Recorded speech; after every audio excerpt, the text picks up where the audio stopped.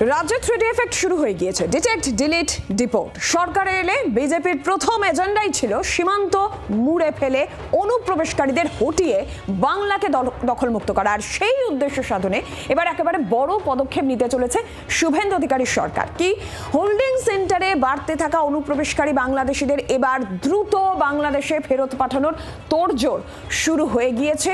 এবং যেমনটা মুখ্যমন্ত্রী বলেছিলেন 3D নীতির কথা, সেই 3D নীতি তো শুরুই হয়েছে, যেখানে ডিটেক্ট, ডিলিট এবং ডিপোর্টের কথা বলা হচ্ছে।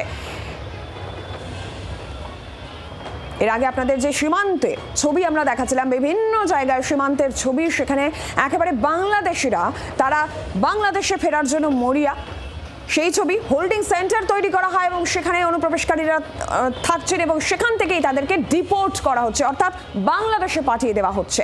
এবং অনুপ্রবেশকারীদের হটিয়ে বাংলাকে দখলমুক্ত করায় বিজেপির যে একেবারে এজেন্ডা ছিল প্রথম থেকেই, সেই উদ্দেশ্য সাধনেই বড় পদক্ষেপ শুভেন্দু অধিকারীর সরকারের। ভারত বাংলাদেশ সীমান্তের হোল্ডিং সেন্টারগুলিতে দিনের পর দিন খাইয়ে দাইয়ে বাংলাদেশি অনুপ্রবেশকারীদের আর জামায়াদন নয়, এবার সরাসরি ডিপোর্ট। সেই লক্ষ্যেই এবার যুদ্ধকালীন তৎপরতায় হাঁটতে শুরু করছে রাজ্য সরকার।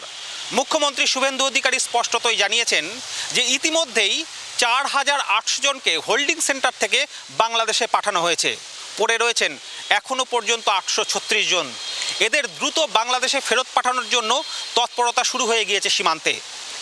কেন্দ্রীয় স্বরাষ্ট্রমন্ত্রী অমিত শাহের সঙ্গে বৈঠক করে এই বাংলাদেশিদের দ্রুত বাংলাদেশে ফেরত পাঠানোর বিষয়ে আইনি প্রক্রিয়া এবং কোন পদক্ষেপ দ্রুত নেওয়া যায় সেই বিষয়ে আলোচনা করতে মুখ্যমন্ত্রী পৌঁছচ্ছেন দিল্লিতে। জি24 ঘন্টার জন্য ক্যামেরায় কমল জানার সঙ্গে কমলাক্ষ ভট্টাচার্য, কলকাতা। বাংলার আওয়াজ, বাঙালির আবেগ, জি24 ঘন্টা।